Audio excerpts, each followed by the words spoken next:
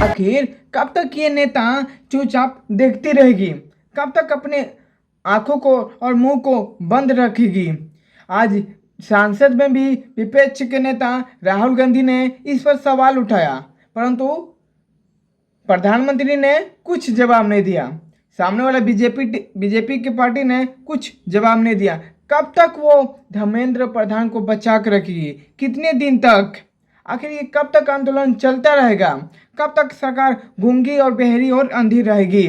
क्या उनको दिखाई नहीं दे रहा है? आज बच्चों के साथ इतना जुल्म हो रहा है, उनको मारा जा रहा है, इतना कुछ हो रहा है। जो दूर दूर से अपने घर को छोड़कर यहाँ आए हैं आंदोलन करने, उनको ये बात समझ नहीं आ रही है। क्या उनके लिए छात्रों से बढ़कर धर्मेंद्र प्रधान है? जो एक नीट पेपर के लीक हर बार उसका नाम से केस होता है, हर बार उसका नाम आता है, हर बार नीट पेपर लीक होता है। क्या वो सब नहीं दिखाई दे रहा है? क्या सरकार अभी तक अपनी पार्टी को बचाने में लगी है? क्या देश की परवाह उसको नहीं है?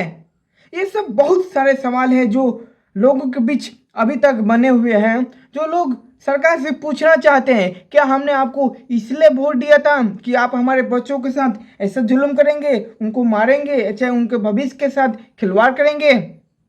क्या हमने इसलिए आप पर विश्वास किया था? लोगों के अंदर बहुत सारे सवाल है, बहुत सारे सवाल है, क्योंकि ये बीते दिन में बहुत सारे एक्शन हुए हैं जो बच्चों को घर से अस्पताल तक ले गए हैं। बहुत बच्चे जोखिम हुए हैं, घायल हुए हैं, जिनके घर को अपने माता पिता से डांट खाकर बिना पूछे वो वहाँ गए थे, आंदोलन में भाग लिए थे, वो सब आज हॉस्पिटल के भी भागी बने हैं।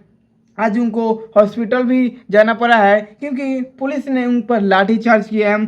बहुत बेरहमी तरीके से उनको मारा है। यहाँ तक नहीं, मेल पुलिस वाले ने एक महिला पुलिस वालों को फिर हाथ उठाया, उसको बेरहमी से मारा है। क्या ये सब नहीं दिखाई दे रहा सरकार को? क्या सरकार इतनी अंधी हो गई है, इतनी अंधी हो गई है कि उसको इतना सब कुछ नहीं दिखाई दे रहा है? सब आप सिर्फ उसको अपनी कुर्सी के परवाह है, सिर्फ उसको अपनी कुर्सी दिख रही है और कुछ नहीं। लोगों की उसको चिंता ही नहीं है, देश की उसको परवाह नहीं है।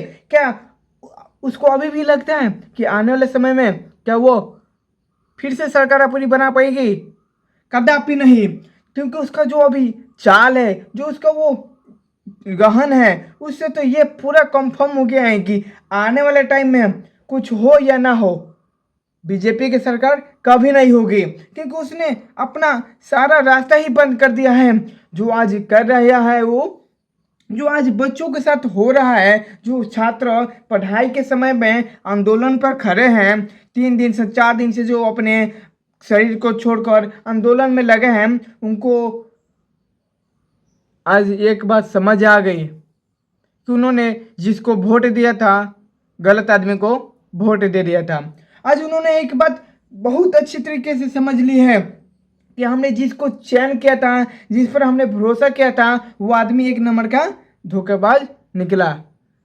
हमने जिस पर विश्वास करके अपना भविष्य का निर्माण किया था कि वो हमारा भविष्य बनाएगा, आज वही हमारा भविष्य के साथ खिलवाड़ कर रहा है।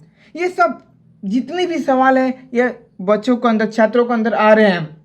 यहाँ भी नहीं, इतना कुछ हो जाने के बाद भी छात्र अभी तक डटे हैं। उन्होंने ठान लिया है कि चाहे कुछ भी हो जाए, धर्मेंद्र प्रधान को इस्तीफा देना ही पड़ेगा। चाहे कुछ भी हो जाए, 3 दिन, 4 दिन, 5 दिन, 6 दिन, 7 दिन, जितना दिन तक आंदोलन चलेंगे, हम रहेंगे, परंतु धर्मेंद्र प्रधान को इस्तीफा दिलाएंगे और उससे माफ़ी भी मंगवाएंगे। इस सब छात्रों ने ठान लिया है। इसलिए आज भी जंतर मंतर में पहले से ज़्यादा बच्चे आज भी खड़े हैं। लेकिन बहुत सारे सवाल है। ताली एक ओर से नहीं बजती है, दोनों हाथ से बजाई जाती है। अगर पुलिस वाले ने बच्चों पर, छात्रों पर लाठीचार्ज किया है, तो इसका मतलब ये नहीं है कि छात्र ने पुलिस वालों के साथ कुछ नहीं किया है, चुपचाप देखे। नहीं, ऐसा नहीं है। ताली एक हाथ से नहीं बजती है, दोनों हाथ से बजाई जाती है। पुलिस वाले ने छात्रों को मारा, छात्रों ने पुलिस वाले को मारा, दोनों हाथों से ताली बजी है। साथ में जो सीजेपी के लीडर हैं, अभिजीत देव के और सौरभ दास और एक और है, उन पर भी बहुत सारे सवाल उठ रहे हैं। अभी हाल ही में एक नारा के ऊपर उन पर सवाल उठा है कि उन्होंने एक नारा का ऐलान किया है कि हमारे सीजेपी के जितने भी सपोर्टर हैं वो सिर्फ 4 ही नारे लगा सकते हैं, इंकलाब जिंदाबाद, भारत माता की जय, जय भीम और एक क्या था शायद नहीं पता, यही सब नारे लगा सकते हैं। परंतु भगत सिंह के बारे में या भगत तिवारी के बारे में या क्या बोलते हैं सुभाष चंद्र बोस, इन सब के नारा नहीं लगेगा क्या? उन्होंने हमारे लिए कुछ नहीं किया था? हम ये सवाल हम पूछना चाहते हैं अभिजीत दीपके से और सौरभ दास से, क्या आज वही एक आंदोलन कर रहे हैं?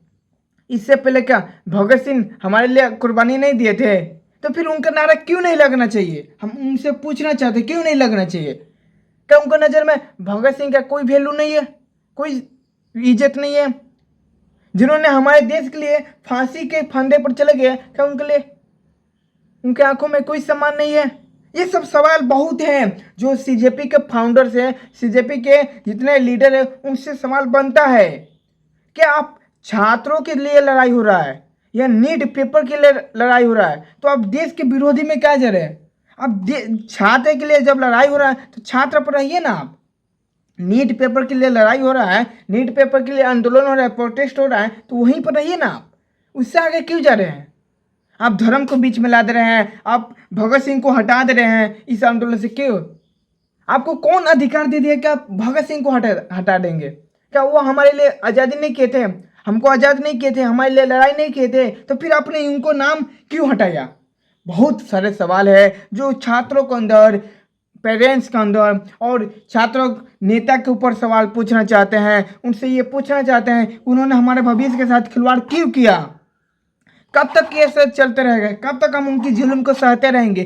कब तक उनकी बातों के गुलाम बन के रहेंगे? उनके बातों पर हम चलेंगे, उनकी हाथों का इशारा बन के रहेंगे? कब तक वो हम पर राज करेंगे? क्या अगर उनके लिए कानून सिर्फ अमीरों के लिए है तो हमें क्यों कानून बनाया? अगर कानून का मतलब सिर्फ है अमीर जो मन वो करे, तो अमीर कानून तो किताब में नहीं लिखना चाहिए था। कानून को किताब में नहीं लिखना चाहिए था। जब कानून सबको समानता देती है तो आज समानता क्यों नहीं दे रही हो कानून? क्या आज कानून अंधी हो गया है? कानून तो अंधी थी पहले से ही, अभी भी वो बहुत अंधी हो चुकी है। सरकार अंधी थी, सरकार अपने बारे में सोचती थी, आज भी सोच रही है।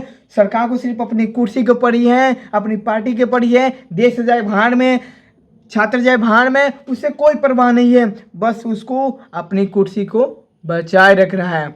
और जब इलेक्शन का टाइम आएगा तो भीख मांगेगी कि मुझे वोट दो, मैं भविष्य बनाऊंगा, मैं देश को तरक्की करूंगा। कहाँ देश की तरक्की हो रही है? आज जिन बच्चों को अपने भविष्य को उज्जवल बनाना चाहिए था, आज वो बच्चे आंदोलन में भाग ले रहे हैं, अपने घर को छोड़कर अपने समय को बर्बाद कर रहे हैं, क्योंकि अपना भविष्य उनका संकट में है, वो आज आंदोलन में है। यही भविष्य बना रहे आपका यही चाल था। ये बात पूरा कंफर्म हो गया है, चाहे कुछ भी हो जाए। 2029 यानी 2029 में बीजेपी की सरकार कभी नहीं बनेगी। ये बात पूरा क्लियर हो गया है, क्योंकि उसने जो किया है, उन्होंने जो किया है, उसका परिणाम उनको मिलेगा। आज वो हम पर अत्याचार करें, अपना कानून लागू करें, जब कल उनका हमारा टाइम आएगा तो हम उन पर अत्याचार करेंगे, उनको दिखाएंगे कि छात्र क्या होता है, छात्र एकता क्या होता है। आज सवाल बहुत सारा है, बहुत सारा सवाल है। जो बच्चों पर लाठीचार्ज हुआ था, छात्रों पर लाठीचार्ज हुआ था, महिलाओं पर लाठीचार्ज हुआ था, आंसू गैस की गोले छोड़े गए थे। बहुत सारे सवाल है जो छात्रों के अंदर, माता पिता के अंदर, देश के अंदर उबल रहे हैं। सवाल आ रहे हैं कि आखिर ये हो क्या रहा है, देश की राजधानी में हो क्या रहा है। आज हजारों बच्चे आंदोलन में भाग ले रहे हैं, अपने घर को छोड़कर, अपने सब कुछ छोड़कर। आज उनके साथ ऐसा क्यों हो रहा है, अत्याचार क्यों हो रहा है? बहुत सारे सवाल बनते हैं, आज हो रहे हैं। छात्र अपने खाना को, पानी को सब छोड़ कर बारिश में भी जंतर मंतर पर आंदोलन में अभी तक हैं। क्या ये सब सरकार को दिख ही नहीं रहा है? सरकार संसद में जाकर चुपचाप बैठकर आराम कर रही है, चुपचाप। जब उनसे सवाल पूछा जाता है तो वो फिर सवाल जब सवाल पूछा जाता है तो वो चुपचाप रहकर देखती है, एक्शन कभी नहीं लेती है, क्योंकि वो अंधी, गहरी और गूंगी सरकार है। हमने जिसको सरकार बनाया था वो सरकार कहलाने के लायक नहीं है, क्योंकि सरकार का मतलब होता है कि देश का भविष्य। मान लीजिए छात्रों का भविष्य मत बनाइए, हटाइए, छात्रों को भविष्य नहीं बना, देश का तो भविष्य बनाइए। और देश का भविष्य कौन है? छात्र। आज जो छात्र आंदोलन कर रहे हैं, कल वही ना देश के भविष्य बनेंगे, कल वही ना आगे कुछ डॉक्टर बनेंगे, इंजीनियर बनेंगे, कुछ बनेंगे। तो आज उनके साथ खिलवाड़ क्यों? बहुत सारे सवाल है। राम राम।